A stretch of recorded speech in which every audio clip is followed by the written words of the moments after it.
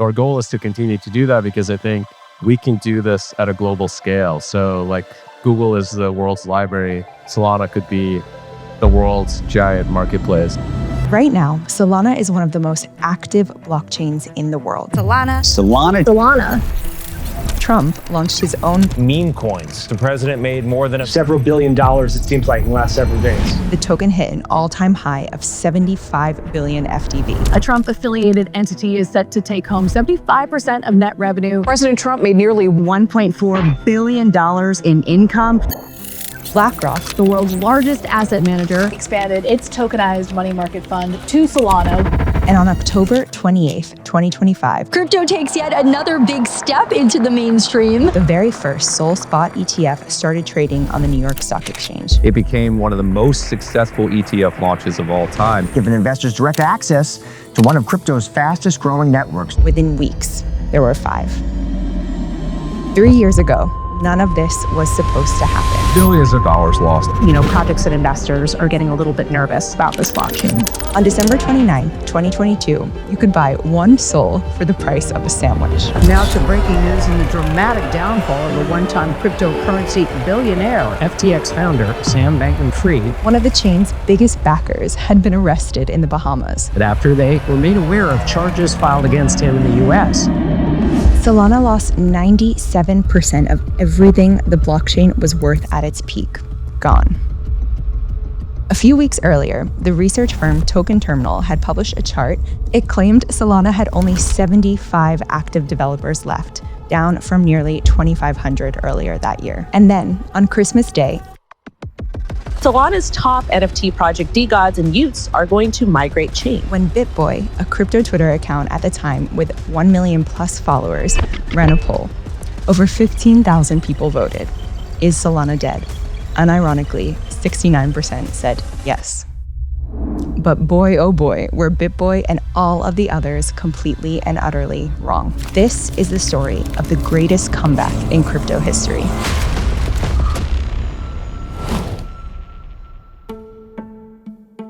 To understand how Solana came back from the dead, you have to understand what made it stubborn enough to refuse to die in the first place. And that part of the story actually doesn't start in crypto. It starts inside a building in San Diego, where a Ukrainian senior staff engineer, Anatoly Yakovenko, after a failed startup, landed a job at Qualcomm. Now, it took him 13 years at the Californian tech giant before a very sleepless night in a San Francisco cafe absolutely changed the course of his career forever. In 2017, after seeing how at the Bitcoin conference they actually had to stop accepting Bitcoin payments because the fees had spiked all the way up to $70 a transaction, Toly walked into nearby Café Soleil, where he famously ended up ordering 2 coffees and a beer and stayed until 4 in the morning. What he sketched out that night was deceptively simple. Every blockchain has the same problem. Thousands of computers around the world, all receiving transactions at slightly different times, trying to agree on what happened first. Bitcoin solves this slowly. Ethereum solves it expensively. Now, Toly's idea was to give the network a cryptographic stopwatch, a clock that the math itself would agree on. In his own words, In radio, these folks came up with a single time division multiple access, TDMA. You give each tower a clock and you let them alternate by time, so they never transmit at the same time. I was like, oh, I can build TDMA, but in blockchain, and therefore it can be much, much faster, get the same speed up as you do in radio. And the core component is called proof of history. he pulled in 2 Qualcomm colleagues, Greg Fitzgerald and then Stephen Ackridge, plus Raj Gokal on the business side. Ackridge actually figured out that you could use graphic cards to verify transaction signatures in parallel. Without that GPU trick, the speed numbers that Solana would later become famous for just simply weren't possible. They needed a name. The first one that they tried was Loom, but then they found out that Ethereum actually already had a project called the Loom Network, so they named it after the place where they actually lived. A small beach town about 30 minutes up the coast from San Diego, Solana Beach. They raised $25 million in private rounds, Multicoin Capital, Foundation Capital, Slow Ventures. Solana mainnet went live on March 16, 2020, only 4 days after COVID crashed every market on Earth. Futures over the weekend were down so much that they actually had to put an emergency trigger that stopped trading and they... A week later, the Sol public token sale on CoinList sold out in 6 hours at a clearing price of 22 cents per coin, 1.76 million raised. This was the entire start. 18 months later, Solana was a top 5 cryptocurrency. On August 15th, 2021, a project called Degenerate Ape Academy launched 10,000 cartoon apes on Solana at 6 SOL each, which at the time was worth about $300 a piece. They sold out in 8 minutes. The launch was so chaotic that the team later posted an apology calling it, and I quote, "shitty at best." But that didn't matter. The next day, the chain that everyone had been ignoring was the chain that you could mint a JPEG on for just 1 cent, instead of hundreds of dollars on Ethereum. When Degen Ape Academy launched on Sol, a light bulb went off for me. The cost is around 1 cent to mint as opposed to thousands. New people will migrate to things that are faster, cheaper, plus easier. A few weeks later, somebody paid the equivalent of 1.1 million for a single Degen Ape. Solana's market cap doubled, then doubled again. On September 8th, the TV host Steve Harvey changed his Twitter avatar to a Solana monkey business NFT. That same week, Sol hit a new all-time high. Trading firms moved in, venture capital moved in, the hashtag Solana Summer started trending as well. And in November of 2021, the entire ecosystem flew to Lisbon for Breakpoint, the very first global Solana conference. At the same conference, Tolly gave a keynote. Sol had just hit 259, another all-time high. He said, and what we really picked was Max Payne. It's kind of part of our culture to eat glass. 12 months later, he wasn't speaking metaphorically. The chain started breaking before the price did. But let's rewind 1 month. September 14th, 2021. Sol is climbing towards its all-time high. A project called Great Protocol launches its IDO on Radium. Within minutes, bots flood the network with over 300,000 transactions per second. Validator memory overflows, the chain stalls. Solana was offline for 17 hours. This was the first crack, and it unfortunately was not the last. Over the next 18 months, Solana would go down again and again and again. Then, in February 2023, the longest one yet. A single oversized block on the chain, and Solana went dark for 19 whole hours. Crypto Twitter had a field day. Solana down again became a recurring meme. And in fairness, the jokes were earned. But every time the chain went down, the validators got it back up again. Every bug got a patch and a post-mortem. You see, downtime is something a chain can engineer its way out of. But while the chain was getting roasted for going down, something much, much worse was brewing right next to it. And it had nothing at all to do with the technology. Now to breaking news and the dramatic downfall of a one-time cryptocurrency billionaire, FTX founder Sam Bankman-Fried. Sam Bankman-Fried was on magazine covers. He had testified in front of Congress. He had been called the JP Morgan of crypto. And FTX, together with his trading firm, Alameda, had purchased over 58 million SOL from the Solana Foundation and Solana Labs since 2020. Functionally, the chain's largest holder. The former FTX cryptocurrency mogul Sam Bankman-Fried was sentenced to 25 years in prison today for what prosecutors said was one of the biggest financial crimes in U.S. history. The chain fell off a cliff. Total value locked across Solana DeFi went from 10 billion down to 200 million. Tether pulled 1 billion of stablecoin liquidity off the chain in one single swap. On November 9th, while Sam Bankman-Fried's empire was disintegrating in real time, Tolly sent out a tweet. We launched in 2020 after markets crashed and the world went into lockdown. Chewing glass is in our DNA, and we'll get through together. Within 2 weeks of this tweet, Solana's market cap had fallen below Litecoin's. Now, this is the part of the story that everyone gets wrong. The narrative outside of Solana was that the chain was finished. The narrative inside Solana was different. The tourists who had shown up to flip NFTs and farm airdrops had mostly left by this point. The people who stayed were the builders, and they were doing what builders do best in bear markets. They were building. One example is a small group of developers led by, at the time, Mango Market's Maximilian Schneider, and they did something pretty remarkable. When FTX collapsed, it took down Project Serum, the order book protocol powering most of Solana DeFi.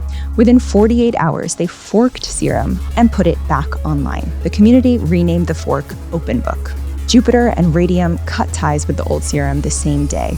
The infrastructure that FTX had compromised was rebuilt without them, in public, in real time, and in just a couple of days. Then on Christmas Day 2022, an anonymous team famously launched a meme coin. This meme coin is called Bonk, a Shiba Inu.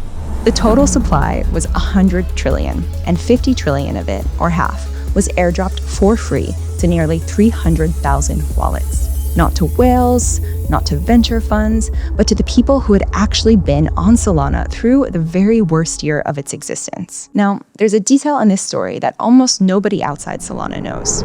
Somewhere in the depths of a Discord server called Lamport DAO, about 173 Solana developers filled out a form. And on Christmas morning, each of them woke up to 25 billion bonk in their wallet, which was worth roughly $300 at the time. But by the end of that same day, it had already more than doubled. One of those developers, who goes by Rick, later told Decrypt that he sold his airdrop for around $880 and used it to pay his bills. A meme coin paid the rent and the monthly expenses of the developers who would then go on to rebuild Solana DeFi. By the end of 2023, it was up over 7,000% for the year. The chain that everyone had pronounced dead was now home to the best performing crypto asset of the entire year. There's a similar story too. It happened almost as a side effect. Solana Mobile had launched its very first phone in May, the Saga. They priced it at $1,000, but only a few months after launch, they'd actually cut the price down 40% to $599. By early December, sales were quite sluggish, around 2,500 units. Marques Brownlee, one of the biggest tech reviewers on YouTube, actually called the Saga bust of the year. And that would be the Solana Saga crypto phone. Then Bonk ran up. Each Saga came with a 30 billion Bonk airdrop attached. By mid-December 2023, the airdrop was actually worth more than the price of the phone itself. Crypto Twitter did the math. In 48 hours, sales increased tenfold.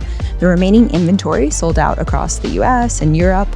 Unopened Sagas started selling on eBay for up to $5,000. The chain declared dead by Christmas 22 was, by Christmas 23, the joke that absolutely nobody was making anymore.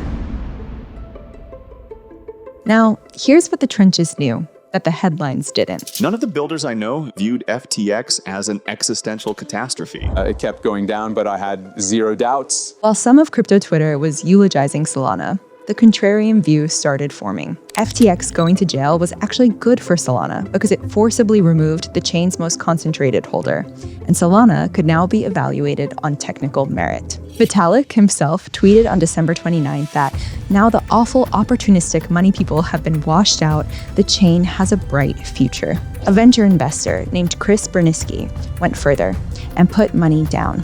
In a long thread on X, he argued that Solana had something other chains did not. Engineers who weren't there for the money, a community of hardware nerds, and a founder who actually shipped. Berniski bought Sol at around $10. He's a surfer, and he describes the best investments as the way that he describes the best waves. When I'm looking for a spot to surf on any given day, I'm always looking for the best spot that has the fewest number of people. Because I'm not going out there to compete with other people. I'm going out there to ride a wave. Within a year, though, that empty wave got crowded. April 2023, Helium came to Solana, executing one of the largest blockchain migrations ever. In September, Visa enabled USCC settlement. In December, Jito airdropped 200 million to 10,000 wallets. January 2024, Jupiter airdropped Jupe to nearly 1 million wallets, and then to 2 million more wallets again the next year, and went on to do over 1 trillion in trading volume in 2025 alone. Pump.Fun also reached 1 billion in lifetime revenue. By 2026, the names showing up on Solana weren't names that anyone in 2022 would have predicted. JP Morgan arranged the first major Wall Street debt issuance worth $50 million on Solana. BlackRock's tokenized money market fund, BUIDL, runs 550 million of its shares on the chain. State Street and Galaxy launched a tokenized cash fund on Solana. Goldman disclosed 108 million Solana ETF position. I spent 7 years at BlackRock, and back when I was there, you couldn't even say the word crypto on a work call. And now, BlackRock's flagship tokenized money market fund is running on the same chain that 3 years ago, this entire industry had written off. And at Jupiter, we've launched our very own stablecoin in partnership with Athena. It's called JupUSD. It's backed almost entirely by BlackRock's Spittle Fund, held through Athena's USDTB, with a USDC liquidity buffer on top. If you would have told me all of that 5 years ago, I would have thought you were messing with me. In October 2025, the SEC approved spot Solana ETFs. Bitwise's debut was the strongest ETF launch of 2025 across any asset class. The number of active developers on Solana, by the way, isn't 75 anymore. It's about 17,700. And in 2025, Solana attracted more new developers than any other chain. So what does any of this mean? For 3 years, the Solana story was the same old story that you may be used to hearing in crypto. Wild bull runs, catastrophic implosions, and sometimes the unexpected recoveries that nobody saw coming. But there's a question worth thinking about. When everything is taken from you, when the price collapses 97%, when the biggest names abandon you on Christmas Day, and when charts and CT sentiment have properly declared you dead, what is truly left? What's really left are the people who were going to build anyway. At Consensus Hong Kong, Austin Federa, who led comms and strategy at the Solana Foundation during the post-FTX period, and now is the co-founder of DYOR, he said something that I really haven't been able to stop thinking about. The worst thing you can feel in blockchain is comfortable. If you think you've got a moat, that means someone's about to knife you in the back and take your lunch. Solana spent 3 years not being comfortable at all. And now the institutions are coming, the ETFs are trading, the governments are starting to notice. The technology that absolutely nobody wanted to touch at $8 now settles billions of dollars a day in stablecoins. By every metric, the chain has won, which also means that if Federa is right, somebody right now is out there sharpening a knife.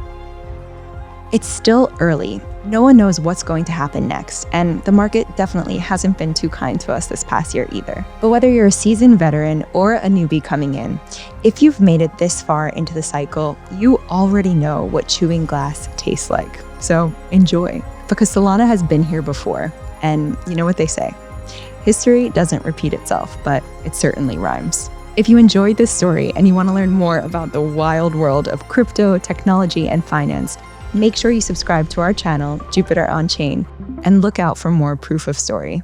I'll see you on the next one.